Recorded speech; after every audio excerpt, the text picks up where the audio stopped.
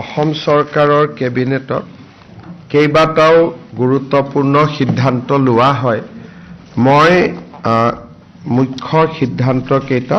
আপোনালোকৰ আগত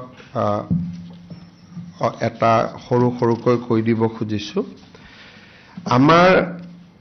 লোক নিৰ্মাণ বিভাগত 57 গৰাকী জুনিয়ৰ ইঞ্জিনিয়াৰে চাকৰি কৰি আছে। APSCত তেওঁলোক সিলেক্ট নহল। তেওঁলোকক আমি ৰেগুলেশ্যন 3Fত চাকৰি কৰাৰ সুবিধা দি থকাৰ সিদ্ধান্ত গ্ৰহণ কৰিছো। আজি আমাৰ কেবিনেটত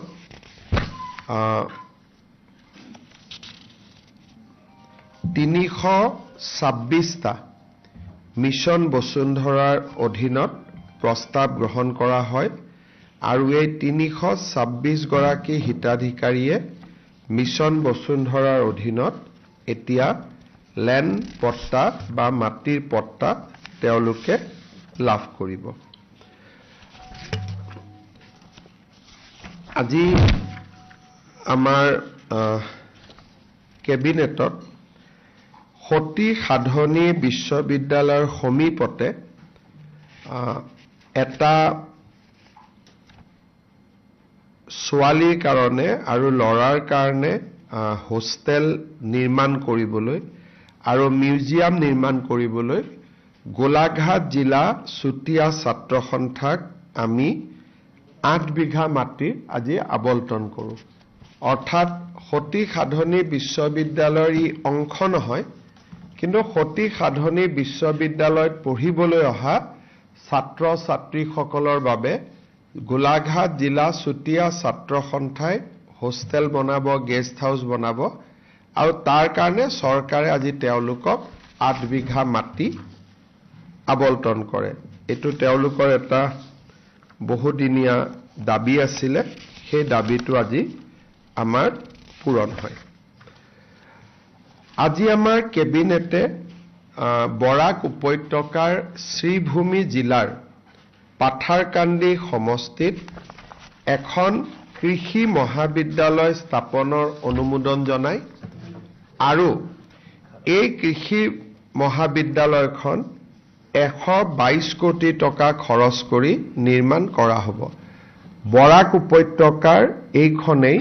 প্ৰথম এগ্ৰিকালচাৰেল কলেজ হ'ব। ইয়াৰ আগতে বৰাক উপত্যকাত এগ্ৰিকালচাৰ কলেজ নাছিলে। আজি আমাৰ কেবিনেটে গুৱাহাটীত জাহাজ নিৰ্মাণৰ বাবে ইণ্টিগ্ৰেটেড চিপয়াৰ্ড আৰু কণ্টেইনাৰ, আপোনালোকে যেনেকুৱা দেখিছে কোচিত চিপয়াৰ্ড আছে, কণ্টেইনাৰ আছে, ডাঙৰ ডাঙৰ জাহাজ বনায়। আজি আমাৰ গুৱাহাটীৰ ধাৰাপুৰত এনেকুৱা চিপয়াৰ্ড আৰু কণ্টেইনাৰ বনাবৰ বাবে এটা উদ্যোগক কেবিনেটে আজি মঞ্জুৰি দিয়ে। ভাৰত A2Z প্ৰাইভেট লিমিটেড তেওঁলোকে এই উদ্যোগটো স্থাপন কৰিব 475 কোটি টকা ব্যয়েৰে। আজি আমাৰ কেবিনেটে শিলচৰত পলো টাৱাৰ হোটেলক এখন 5 ষ্টাৰ হোটেল নিৰ্মাণৰ বাবে মঞ্জুৰি প্ৰদান কৰে। পলো টাৱাৰ লিমিটেডে এই 5 ষ্টাৰখন নিৰ্মাণ কৰাৰ বাবে 103 কোটি টকা ব্যয় কৰিব আৰু এইখন শিলচৰৰ প্ৰথম 5 ষ্টাৰ হোটেল হ'ব।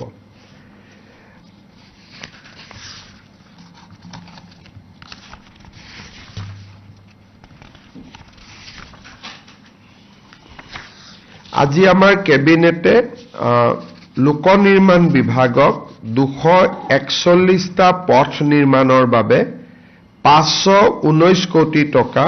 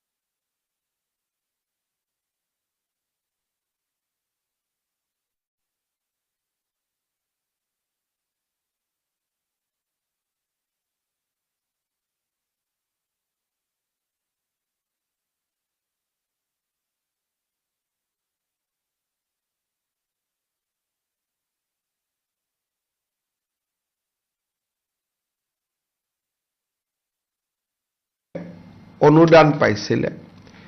সেই 25,000ৰ ভিতৰত যিসকলে প্ৰথম পুঁজি সৎ ব্যৱহাৰ কৰিলে তেওঁলোকক দ্বিতীয় কিস্তিৰ ধন 11 তাৰিখে দিবৰ বাবে সিদ্ধান্ত গ্ৰহণ কৰে আৰু ইয়াৰ বাবে প্ৰয়োজনীয় 130 কোটি টকা কেবিনেটে অনুমোদন কৰে। আজি আমাৰ কেবিনেটত আপোনালোকে জানে যে পঞ্চায়ত আৰু ৰুৰেল ডেভেলপমেণ্ট ডিপাৰ্টমেণ্টৰ কন্ট্ৰেকচুৱেল এমপ্লয়ীসকলৰ লগত তেওঁলোকৰ বিভিন্ন দাবীৰ সম্পৰ্কত মোৰ আলোচনা হৈছিল। তেওঁলোকৰ মুখ্যতঃ দাবী আছিল যে তেওঁলোকৰ চাকৰিৰ কাৰ্যকাল 60 বছৰলৈকে বঢ়াব লাগে। আজি কেবিনেটে পঞ্চায়ত আৰু ৰুৰেল ডেভেলপমেণ্ট ডিপাৰ্টমেণ্টত কন্ট্ৰেকচুৱেল চাকৰি কৰি থকা আসাম ষ্টেট ৰুৰেল লাইভলিহুড মিছনত চাকৰি কৰি থকা আৰু গোলাপ বৰবৰা ইনষ্টিটিউট অফ ৰুৰেল ডেভেলপমেণ্টত কাম কৰি থকা কন্ট্ৰেকচুৱেল এমপ্লয়ীসকলৰ কাৰ্যকাল সেই সকলৰ বাবে 60 বছৰলৈ বৃদ্ধি কৰে যি ইতিমধ্যে 45 বছৰত ভৰি দিছে। অৰ্থাৎ যিসকল কৰ্মচাৰীৰ বয়স 45 বছৰ অতিক্ৰম কৰিছে বেলেগ ডিপাৰ্টমেণ্টত এতিয়া তেওঁলোকে চাকৰিত আবেদন কৰিব নোৱাৰে তেওঁলোকৰ কাৰণে আমি চাকৰি কাৰ্যকাল 60 বছৰলৈ বৃদ্ধি কৰিছো। 45 বছৰৰ তলৰ লোকসকলক আমি এই কাৰণে বৃদ্ধি কৰা নাই কাৰণ তেওঁলোকৰ হাতত এতিয়াও বয়স আছে যদি ভাবে তেওঁলোকে আন ডিপাৰ্টমেণ্ট বা আন ৰেগুলাৰ চাকৰিটো যাব পাৰিব। কিন্তু যদি তেওঁলোকে বেলেগ ডিপাৰ্টমেণ্টত চাকৰি নকৰে আৰু পিএনআৰডি ডিপাৰ্টমেণ্টতে কাম কৰি থাকে 45 বছৰত তেওঁলোকে ভৰি দিলে তেওঁলোকৰ দাবীটো আমি বিবেচনা কৰিম। তাৰমানে এতিয়া 45 to 60 years or 58 years, 55 years, 56 years যাৰ হৈছে তেওঁলোকৰ চাকৰিৰ কাৰ্যকাল নিশ্চিতভাৱে 60 বছৰলৈ বৃদ্ধি পালে। কাৰ বৃদ্ধি পালে? পিএনআৰডি ডিপাৰ্টমেণ্টৰ এমজি এনৰেগা পিএমৱাই আদিত কাম কৰি থকা contractual employee, Assam state rural livelihood মিছনত কাম কৰি থকা কন্ট্ৰেকচুৱেল এমপ্লয়ী আৰু এছআইআৰডি বা Golap Borbora institute of rural development ডিপাৰ্টমেণ্টত কাম কৰা কন্ট্ৰেকচুৱেল এমপ্লয়ীসকলে এই 60 বছৰলৈ চাকৰি কৰাৰ সুবিধা পাব যদিহে তেওঁলোকৰ বয়স 45 বছৰ অতিক্ৰম কৰিছে বা 45ত ভৰি দিছে। আজি আমাৰ ৰাজ্য চৰকাৰৰ পুঁজিৰ পৰা 33,656 গৰাকী আশা কৰ্মী আৰু 2,570 গৰাকী আশা ছুপাৰভাইজাৰক একোখনকৈ স্কুটি দিয়াৰ বাবে সিদ্ধান্ত গ্ৰহণ কৰিছে।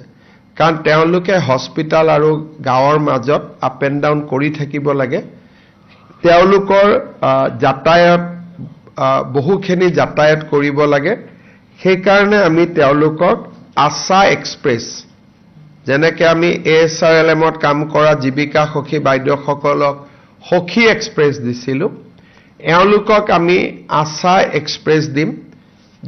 যাৰ জৰিয়তে 33,656 গৰাকী আশা কৰ্মীয়ে একোখন স্কুটি পাব আৰু 2,570 গৰাকী আশা কৰ্মীয়ে আশা ছুপাৰভাইজাৰে বা আশা ফেচিলিটেটৰে 2,570 গৰাকী তেওঁলোকেও চাকৰি পাব। কোনোবাই যদি আশাৰ কাম বাদ দিয়ে তেওঁলোকে স্কুটিখন চৰকাৰক ঘূৰাই দিব লাগিব যদি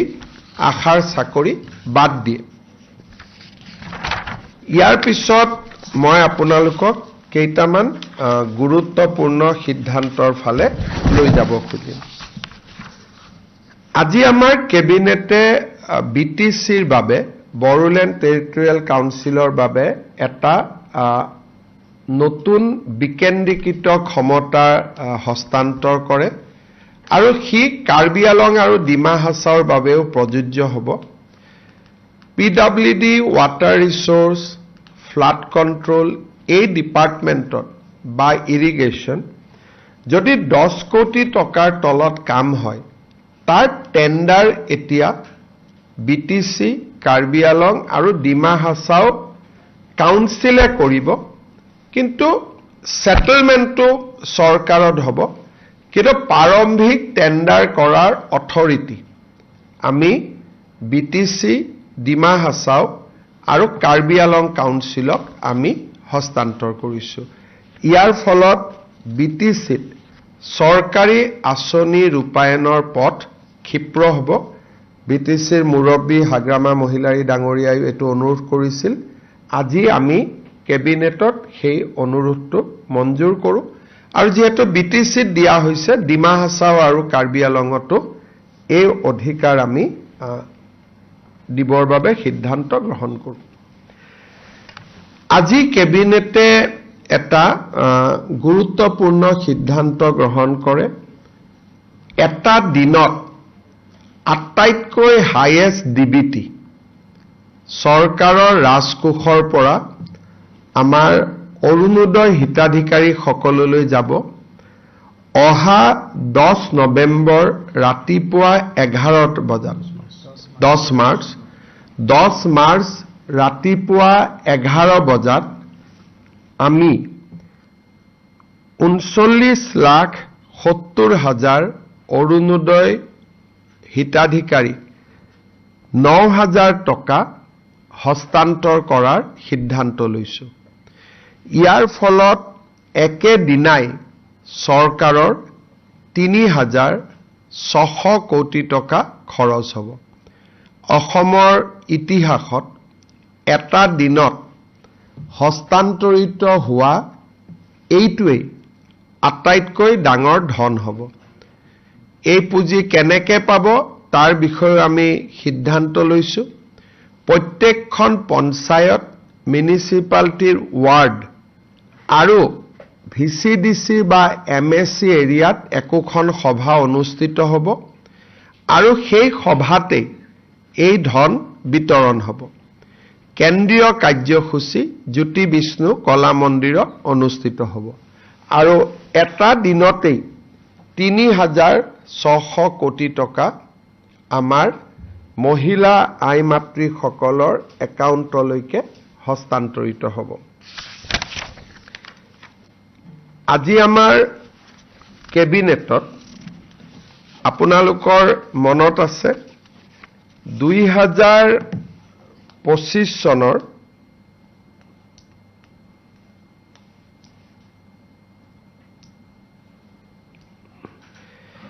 যিমান দূৰ মোৰ মনত পৰে 2025 চনৰ 13 জানুৱাৰী তাৰিখে আমাৰ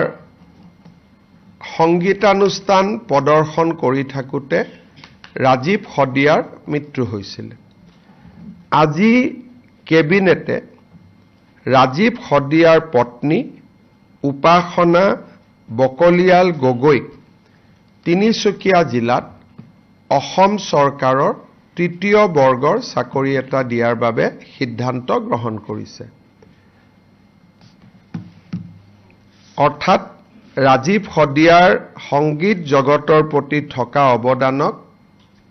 স্বীকৃতি প্ৰদান কৰি ৰাজ্য চৰকাৰে তেওঁৰ পত্নীক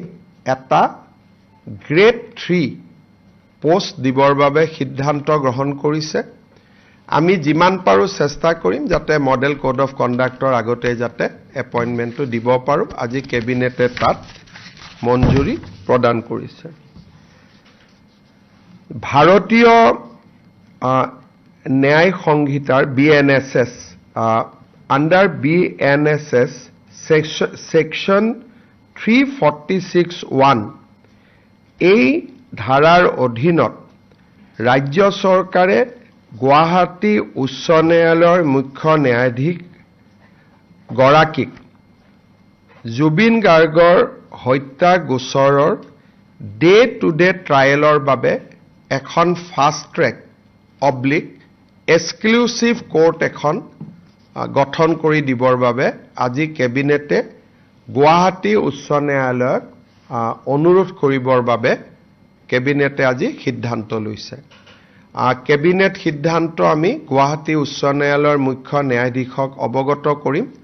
আৰু পৰৱৰ্তী কাৰ্যসূচী বা পৰৱৰ্তী ব্যৱস্থা গুৱাহাটী উচ্চ ন্যায়ালয়ৰ মুখ্য ন্যায়াধীশ গৰাকীয়ে গ্ৰহণ কৰিব এটা আমি ইয়াত নিশ্চিতভাৱে উল্লেখ কৰিম যে এই গোচৰ আৰম্ভ হোৱাৰ পিছত ইউজুৱেলি হত্যা গোচৰত কোনোবা এজন অভিযুক্ত হলেও আদালতে বিচাৰ চলি থাকিলে ৩-৪ মাহত অভিযুক্তসকলক জামিন দিয়ে কিন্তু বৰ্তমানৰ যিখন কোৰ্টত এই গোচৰটো চলি আছে আমি দেখা পাইছো যে বৰ্তমানৰ ন্যায়াধীশ গৰাকীয়ে এজনো অভিযুক্তক আজিলৈকে বেল দিয়া নাই সেই কাৰণে চৰকাৰৰ ধাৰণা আছিলে যে বৰ্তমানৰ ন্যায়াধীশ গৰাকীৰ হাততে গোচৰটো থাকিলে ন্যায়ৰ প্ৰক্ৰিয়া নিশ্চিতভাৱে সুৰক্ষিত হ'লহেঁতেন কিন্তু আগতে আমি এটা কথা ঘোষণা কৰি থৈছিলো যে এই গোটেই ঘটনাৰ ক্ষেত্ৰত পৰিয়ালে যি বিচাৰে আমি তাকেই কৰিম যেহেতু পৰিয়ালে ৰাজহুৱাভাৱে ফাষ্ট ট্ৰেক বা এক্সক্লুসিভ কোৰ্টৰ কথা কৈছে সেইকাৰণে আমাৰ মতামতক আমি দূৰত ৰাখি আমি এই ঘটনাটোক বা এই বিচাৰ প্ৰক্ৰিয়াক ফাষ্ট ট্ৰেক কোৰ্টত বা এক্সক্লুসিভ কোৰ্টত আমি দিবৰ বাবে সিদ্ধান্ত গ্ৰহণ কৰিছো গুৱাহাটী উচ্চ ন্যায়ালয়ে এজন ন্যায়াধীশ দিব গুৱাহাটী উচ্চ ন্যায়ালয়ে গাইডলাইন নিৰ্মাণ কৰিব আৰু ষ্টেট গভৰ্ণমেণ্টে লজিষ্টিক ইনফ্ৰাষ্ট্ৰাকচাৰেল সাপোৰ্ট দিব এই সিদ্ধান্ত আজি কেবিনেটে গ্ৰহণ কৰে যদি আপোনালোকৰ কিবা খুদিব লগা আছে আটাইকেইটা সিদ্ধান্তৰ ওপৰত খুদিব sir if you can repeat আৰু শেষত আৰু এটা মই ভাল খবৰেৰে সামৰণি মাৰিম আজি আমি অসমৰ চাহ শ্ৰমিকসকলৰ যিটো বৰাকত কিমান আছিল আৰু ব্ৰহ্মপুত্ৰ ভেলীত আমাৰ যিটো মজুৰি বা চাহ শ্ৰমিকৰ যিটো বেতন তাৰ ওপৰত কেবিনেট বৈঠকৰ আৰম্ভণিতে অসম চাহ মজদুৰ সংস্থা আৰু ভাৰতীয় চাহ মজদুৰ সংস্থাৰ বিষয়াসকলৰ সৈতে আৰু এচিকেএছ অসম চাহ কৰ্মচাৰী সংস্থা আৰু চাহ বাগানৰ মালিক পক্ষৰ সৈতে আমি ত্ৰিপাক্ষিক বৈঠক এখনত ভাগ লৈছিলো তাত সিদ্ধান্ত হৈছে যে ভাৰত চৰকাৰে এতিয়া লেবাৰ কোড প্ৰণয়ন কৰিছে 6 মাহৰ পিছত চাহ শ্ৰমিকসকলৰ মজুৰি নিৰ্ধাৰণৰ প্ৰক্ৰিয়াটো আমি আৰম্ভ কৰিব লাগিব নতুন লেবাৰ কোড মতে পশ্চিমবংগই সেই কাৰণে চাহ শ্ৰমিকৰ মজুৰি বৃদ্ধি কৰা নাই কাৰণ লেবাৰ কোড মতে কৰিবই লাগিব কিন্তু বাগানৰ শ্ৰমিকসকলে ফাইনেল মজুৰি নিৰ্ধাৰণ হোৱাৰ আগতে অন্তৰ্বৰ্তীকালীন এটা মজুৰি বৃদ্ধিৰ বাবে আমাক আবেদন কৰিছিল আমিও কেবিনেটত এই বিষয়ে আলোচনা কৰিলো 1 এপ্ৰিল 2026 চনৰ পৰা কাৰ্যকৰী হোৱাকৈ আমি চাহ বাগিচাৰ শ্ৰমিকসকলৰ দৈনিক মজুৰি 30 টকা বৃদ্ধি কৰিছো ইয়াৰ ফলত ব্ৰহ্মপুত্ৰ ভেলীৰ চাহ শ্ৰমিকৰ মজুৰি 280 টকা হ'বগৈ বিজেপি চৰকাৰ যেতিয়া আহিছিল চাহ শ্ৰমিকৰ মজুৰি 116 টকা আছিল আজি আমি 116 টকাৰ পৰা ইয়াক 280 টকালৈকে লৈ আহিলো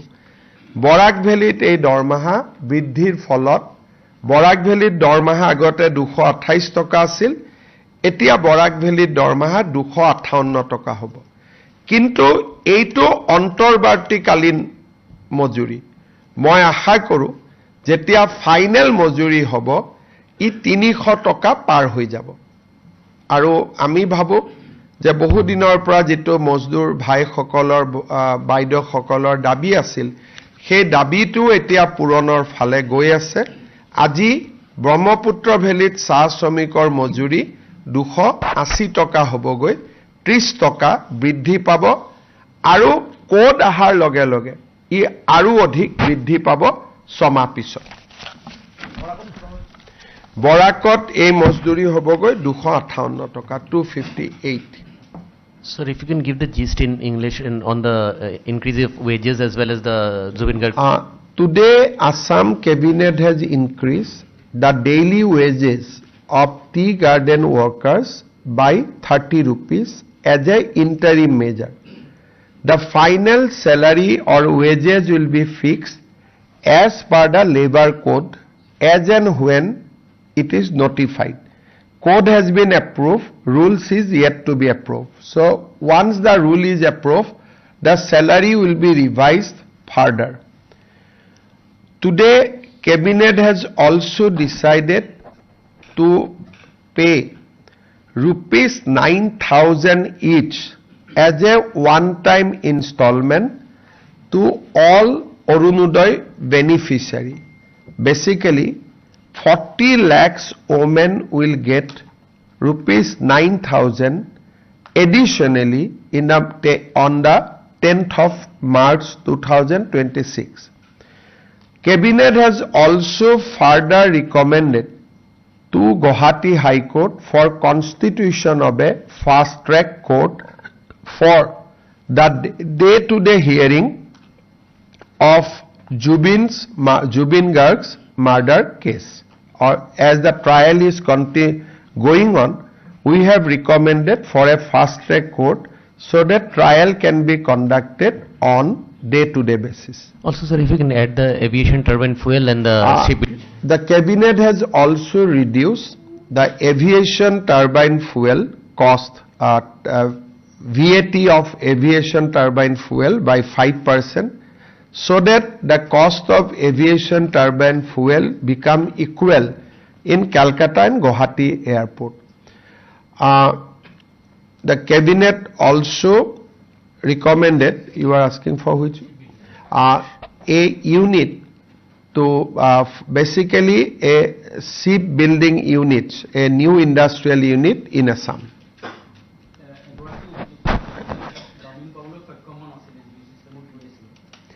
So, মই এজন অধিবক্তা হিচাপে যদি চাব যাওঁ প্ৰথম আমি চাওঁ যে bail is a rule denial is exception supreme কোৰ্টে কৈ থৈছে যে যিকোনো কেছত নিৰ্দিষ্ট সময় পাৰ হলে গোচৰীয়াক জামিন দিবই লাগিব এটো সুপ্ৰিম কোৰ্টৰ নিৰ্দেশ only exceptional কেছতহে জামিন নামঞ্জুৰ হয় বৰ্তমানৰ যিগৰাকী ন্যায়াধীশ সন্মানীয় ন্যায়াধীশ তেওঁ জুবিনৰ ঘটনাটোক এক্সেপশ্যনেল বা অসাধাৰণ ঘটনা বুলি ধৰি লৈ আজিলৈকে এজনো অভিযুক্তক জামিন দিয়া নাছিলে এজন অধিবক্তাই সদায় বিচাৰিব যে এনেকুৱা এজন বিচাৰ অধিপতিৰ ওচৰত কেছটো চলি থাকক যি কেছটো ইতিমধ্যে ভাল কৰি বুজি পাইছে কিন্তু আমি অসম চৰকাৰে এটা সিদ্ধান্ত লৈছিল বহুত দিন আগত যে এই ঘটনাৰ ক্ষেত্ৰত পৰিয়ালে যেনেকে বিচাৰে আমি তেনেকে সিদ্ধান্ত ল'ম পৰিয়ালে যেহেতু ফাষ্ট ট্ৰেক কোৰ্ট বিচাৰিছে সেই কাৰণে আজি কেবিনেটে ফাষ্ট ট্ৰেক কোৰ্ট গঠন কৰাৰ বাবে ৰিকমেন্ড কৰিছে আৰু আজিলৈকে আমি এইটো কথা নিশ্চিতভাৱে ৰুমন্থন কৰিব লাগিব যে অক্টোবৰ নৱেম্বৰ ডিসেম্বৰ জানুৱাৰী ফেব্ৰুৱাৰী শেষ হ'ল এজনো অভিযুক্তই আজিলৈকে জামিন পাবলৈ সক্ষম হোৱা নাই হ'ব এইখিনি আছিল স্যাৰ আশা কৰ্মীৰ যেটো স্কুটি প্ৰদানৰ কথা কৈছে এটো কেতিয়ালে প্ৰদান কৰা হ'ব এটা টেন্ডাৰ হৈ পেলাই যিমান দিন লাগে আৰু কেবিনেটে সময় টাইম এনেকে নকৰে কেবিনেটৰ এটা ডিগনিটি থাকে কেবিনেটে কয় যে দিয়া হওক সময় তাৰিখ স্বাস্থ্যমন্ত্ৰীয়ে ক'ব হয়